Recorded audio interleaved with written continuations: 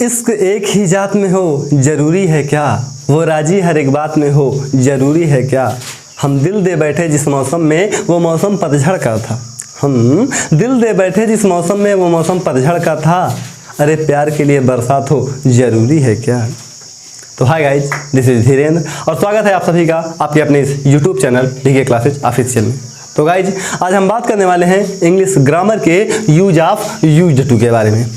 तो गाइज, ये जो यूज ऑफ यूज्ड टू है ये हमारे पुराने कर्मकांडों पर आधारित है, अर्थात जो काम हम पहले किया करते थे अब नहीं किया करते हैं, इस प्रकार के सेंटेंसों में हम यूज टू का प्रयोग करते हैं। जैसे पुराने कर्मकांड, जैसे पहले चोरी किया करते थे, मतलब जब बचपन में छोटे छोटे थे हमें जानकारी नहीं हुआ करती थी ज़्यादा, तो हम पहले चोरी करते थे, तो अब नहीं करते हैं।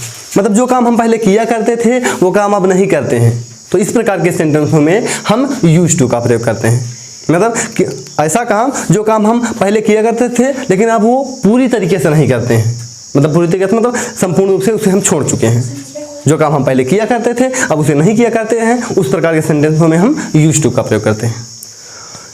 तो इसको अनुवाद बनाने का जो इसका फार्मूला होता है वो कुछ इस प्रकार होता है। यदि वाक्य अफर्मेटिव होता है तो फार्मूला ये होता है, सबसे पहले सब्जेक्ट लिखते हैं, फिर यूज्ड टू का प्रयोग करते हैं, फिर वर्ब की फर्स्ट फॉर्म लिखी जाती है, फिर उसके बाद हम ऑब्जेक्ट लिखते हैं। ठीक, फिर उसके बाद यदि वाक्य हमारा नकारात्मक होता है तो नकारात्मक वाक्य में सबसे सब्जेक्ट लिखते हैं, फिर उसके बाद डिड नॉट का प्रयोग करते हैं, फिर यूज्ड टू लगाते हैं, फिर उसके बाद वर्ब की फर्स्ट फॉर्म, उसके बाद ऑब्जेक्ट लिखते हैं।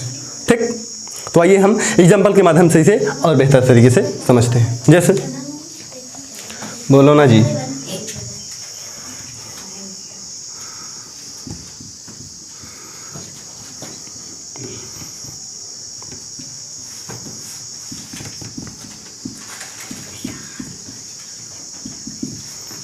जैसे राम पढ़ने जाया करता था, तो राम पढ़ने जाया करता था मतलब जब वो छोटा था तो पढ़ने जाया करता था, अब बड़ा हो गया है तो नहीं जाता है। मतलब ये उसकी पुरानी आदत वो दर्शा रहा है कि राम पढ़ने जाया करता था, राम पढ़ने जाया करता था, जाया करता था मतलब अब जाया नहीं करता है। और वाक्य की अगर बात की जाए तो वाक्य साधारण है।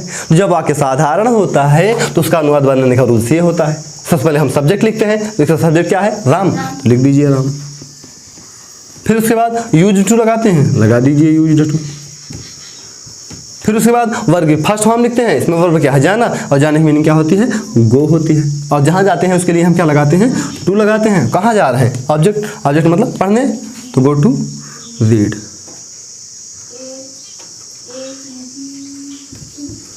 Ram used to go to read, अर्थात राम पढ़ने जाया करता था। ठीक, एक और देख लेते हैं। जैसे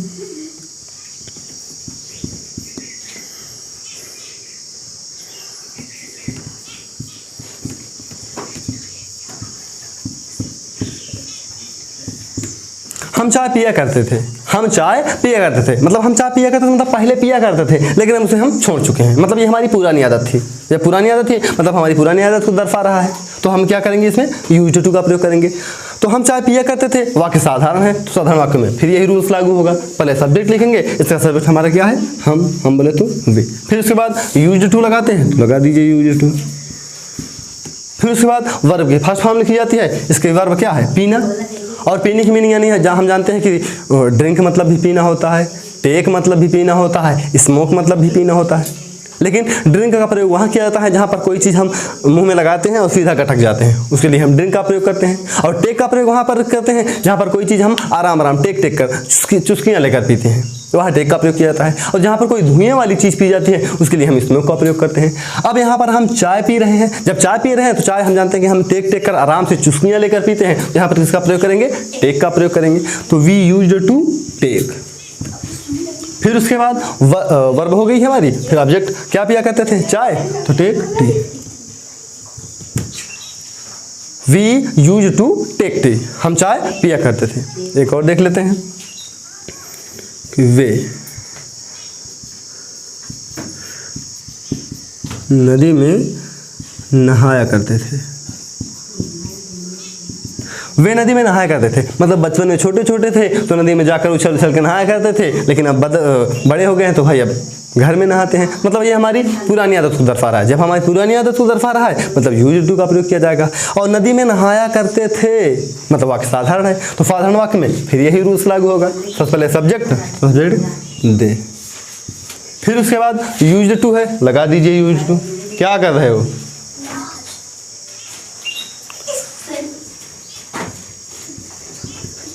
फिर उसके बाद वर्ब लिखते हैं। वर्ब क्या है? नहाना, और नहाने मीन क्या होती है? बाथ। फिर उसके बाद ऑब्जेक्ट है, नदी में नहाते थे तो इन रिवर, यानी कि they used to bath in river, वे नदी में नहाया करते थे। तो ये हमारे साधारण वाक्य है। अब हम आइए कुछ देख लेते हैं निगेटिव सेंटेंस। निगेटिव सेंटेंस देखिए,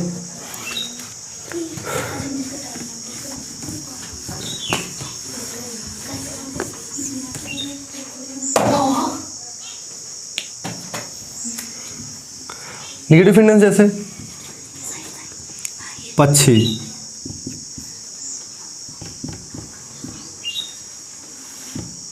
आकाश में नहीं उड़ा करते थे।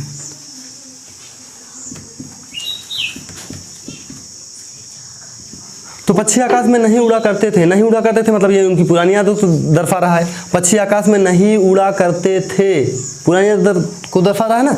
और सेंटेंस की अगर हम बात करें तो पक्षी आकाश में नहीं उड़ा करते थे, नहीं आ रहा है मतलब वाक्य नकारात्मक है। जब वाक्य नकारात्मक है तो नकारात्मक वाक्य में का अनुवाद बनाने का रूल्स ये होता है। तो सबसे पहले हम सब्जेक्ट लिखते हैं, इसका सब्जेक्ट द बर्ड। पक्षी आकाश में नहीं उड़ा करते थे मतलब बहुत सारे पक्षी हैं तो बर्ड्स लगा देंगे। फिर डिड नॉट है, लगा दीजिए डिड नॉट। फिर उसके बाद क्या करते हैं? यूज्ड टू लिखते हैं, लिख दीजिए यूज्ड टू। फिर उसके बाद क्या करते हैं? वर्ब की फर्स्ट फॉर्म, इसमें वर्ब हमारा क्या है? उड़ना, और उड़ने की मीनिंग क्या होती है? फ्लाई। और कहाँ उड़ा करते थे? आकाश में, तो इन द स्काई। ठीक, the birds did not use to fly in the sky, पक्षी आकाश में नहीं उड़ा करते थे। एक सेंटेंस और देखते हैं, जैसे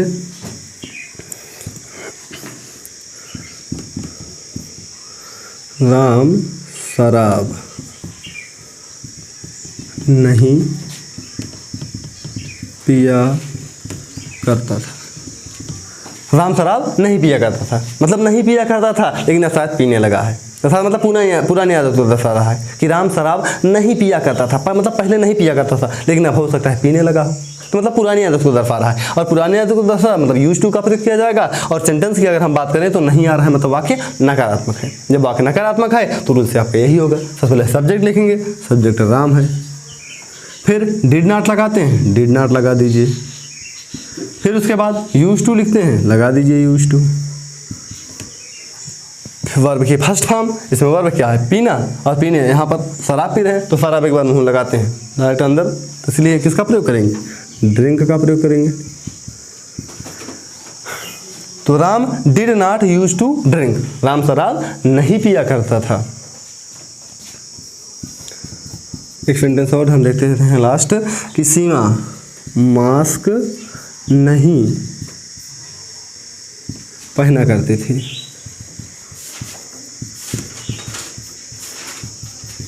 सीमा मास्क नहीं पहना करती थी। सीमा मास्क मतलब लॉकडाउन का समय था तो मास्क नहीं पहना करती थी लेकिन अब हो सकता है पहनने लगी हो, अर्थात मतलब पुरानी आदत को इसको दर्शा रहा है ना। तो सीमा मास्क नहीं पहना करती थी मतलब नकारात्मक है। जब नकारात्मक है तो यही रूल्स लागू होगा। सबसे पहले सब्जेक्ट, सब्जेक्ट सीमा। फिर उसके बाद डिड नॉट, लगा दीजिए डिड नॉट। फिर यूज टू, ध्यान दीजिए जब वाक्य साधारण होता था तो हम यूज्ड टू लगाते थे, लेकिन जब वाक्य नकारात्मक है तो हम क्या यूज कर रहे हैं? यूज टू का प्रयोग कर रहे हैं, तो लगा दीजिए यूज टू। फिर उसके बाद वर्ब, इसमें पहनना, पहनने मीनिंग क्या होती है? वियर होती है, वियर। फिर ऑब्जेक्ट, ऑब्जेक्ट क्या है हमारा? Mask, wear mask. ठीक, तो इस टाइप का सेंटेंस हमारा बनता है। तो आई होप आप लोगों को ये वीडियो बखूबी समझ में आ गया होगा। तो वीडियो देखने के लिए बहुत बहुत धन्यवाद। शेष आगे की टॉपिक हम अगली वीडियो में देखते हैं।